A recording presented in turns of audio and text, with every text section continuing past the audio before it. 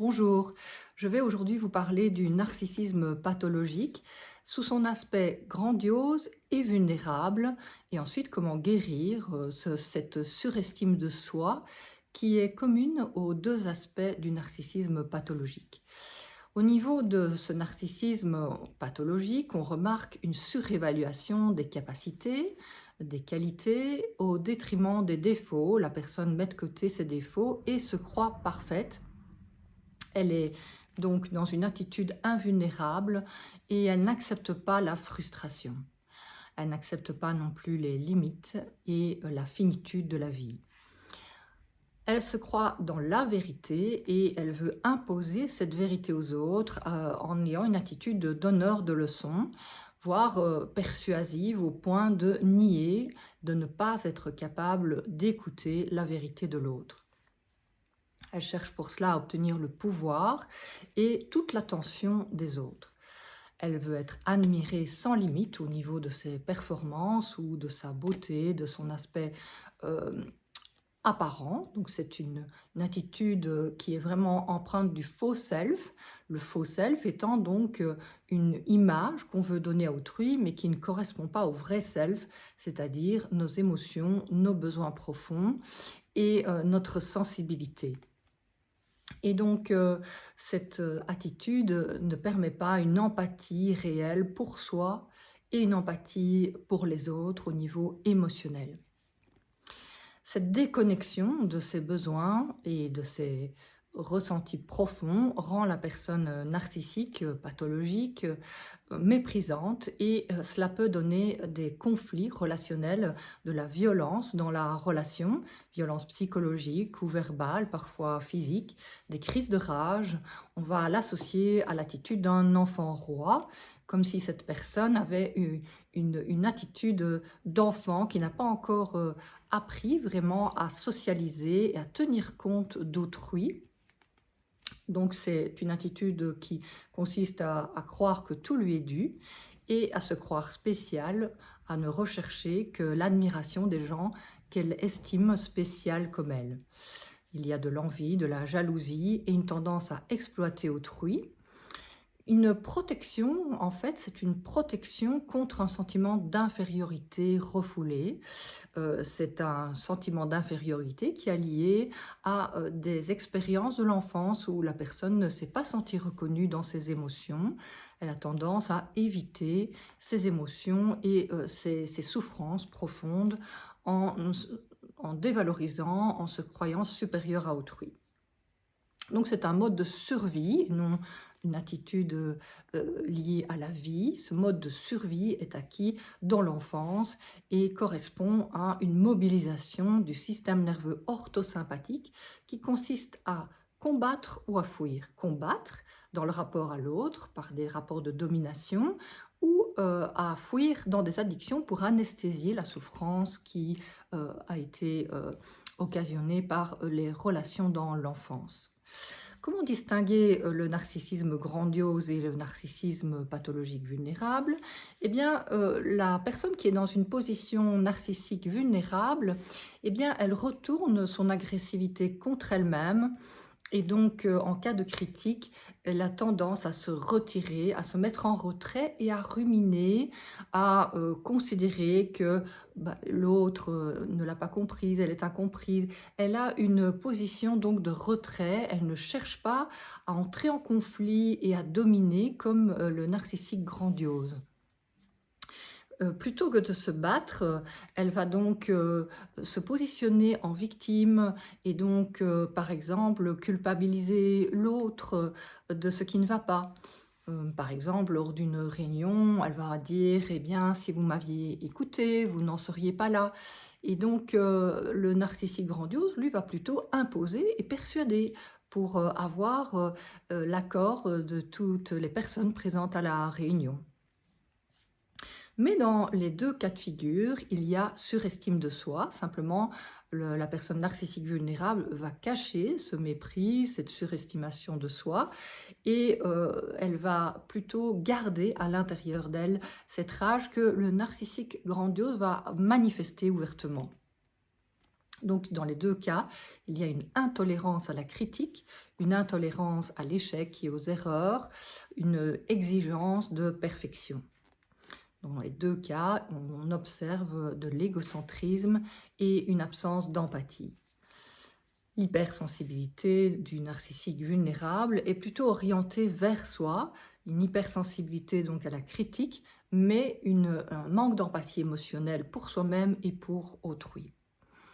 Donc la personne feint d'être humble, la personne vulnérable se perçoit comme humble et manipule autrui plutôt que finalement de prendre le pouvoir ouvertement. Elle cherche le pouvoir de façon indirecte.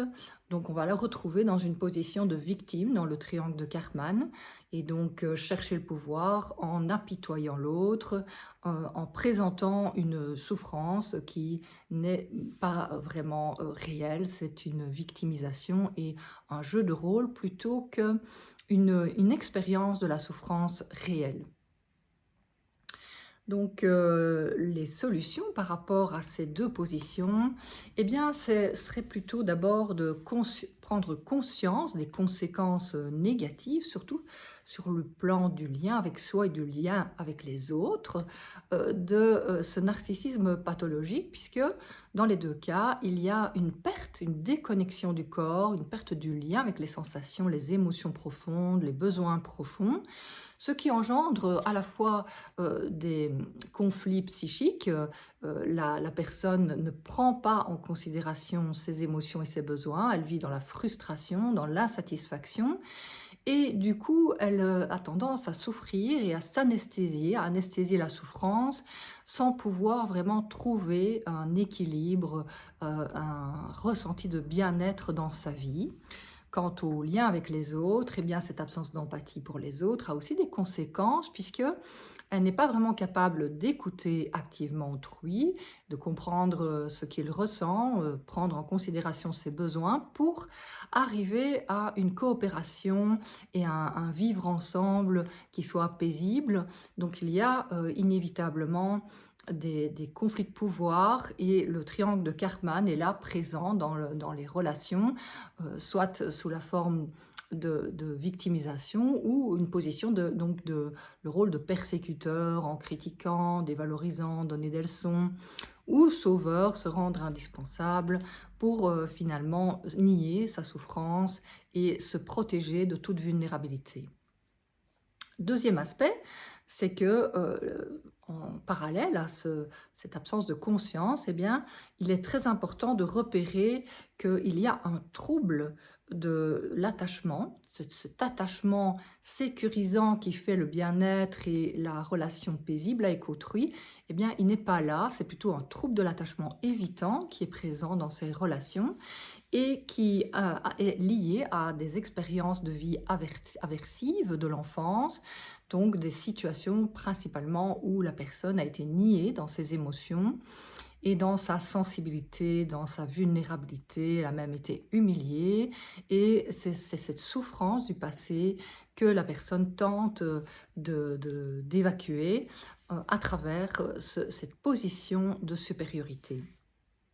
Et donc, développer cette conscience du trouble de l'attachement peut aider la personne à prendre soin de ses émotions, de ses besoins et à trouver une façon de prendre soin de soi, de guérir les blessures du passé si elle accepte que finalement il est tout à fait humain d'avoir accès à une sensibilité et que c'est seulement ainsi qu'on peut être heureux dans la relation avec soi et avec les autres, puisque en prenant soin de sa souffrance, en ayant de l'empathie pour soi, petit à petit, on arrive donc à retrouver un équilibre, une satisfaction de ses besoins et donc une satisfaction dans la relation aux autres.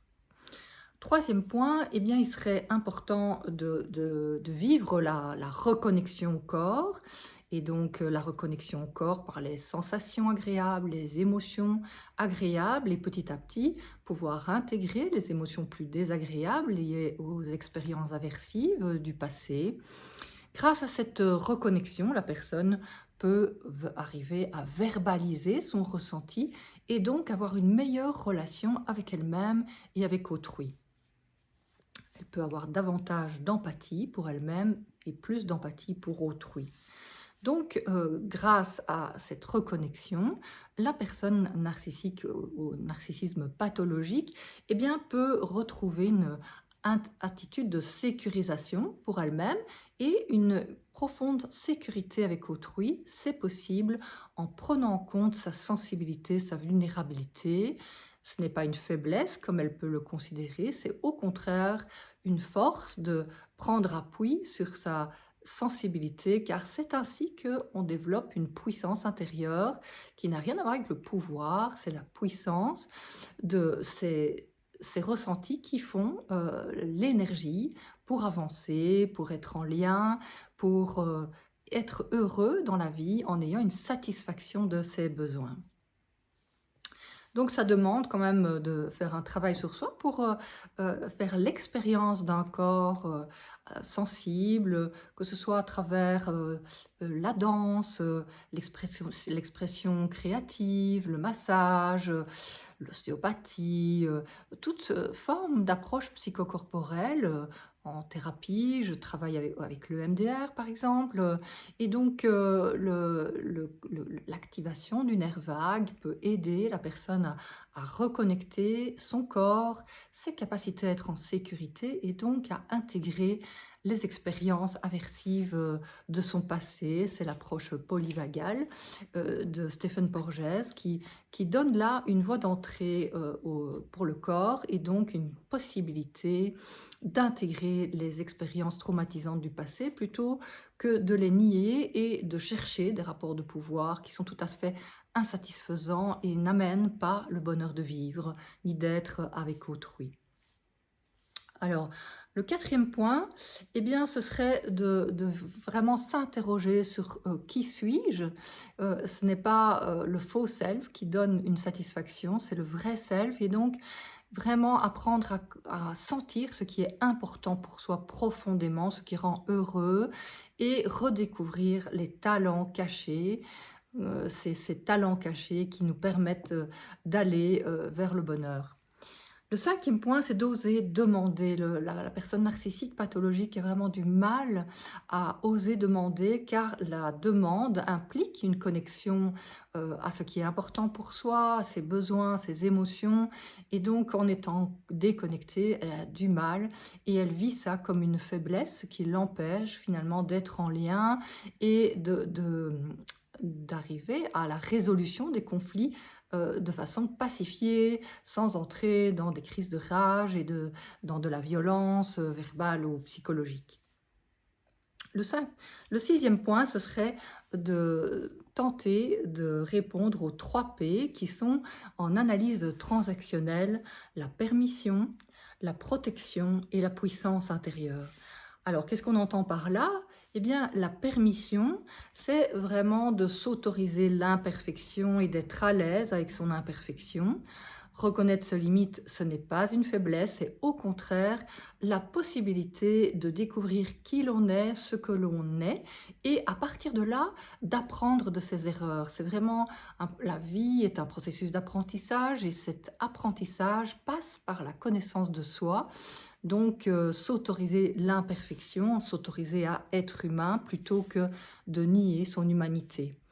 Et donc, cette permission, eh bien, elle s'apprend à travers la position du parent intérieur nourricier, c'est-à-dire un parent intérieur qui est bienveillant, encourageant, qui peut tolérer l'imperfection et qui peut soutenir l'élan de la personne pour se comprendre et aller de l'avant par l'apprentissage à travers ses erreurs. Donc ce parent nourricier, eh bien, à l'intérieur de soi, il peut se développer en prenant un modèle extérieur, une personne qui est justement dans cette bienveillance qui a été présente dans le passé de la personne ou qui peut être un modèle quand on pense à des personnes qui ont été vues au cinéma ou dans toute activité créative, professionnelle ou autre, eh bien, ce modèle, on peut se connecter à ce modèle pour ressentir ce qu'il ressent et essayer d'intégrer ce qu'il ressent, développer cette posture bienveillante vis-à-vis de soi-même et ainsi acquérir une réelle estime de soi Une réelle estime de soi, c'est donc la confiance et la sécurité intérieure.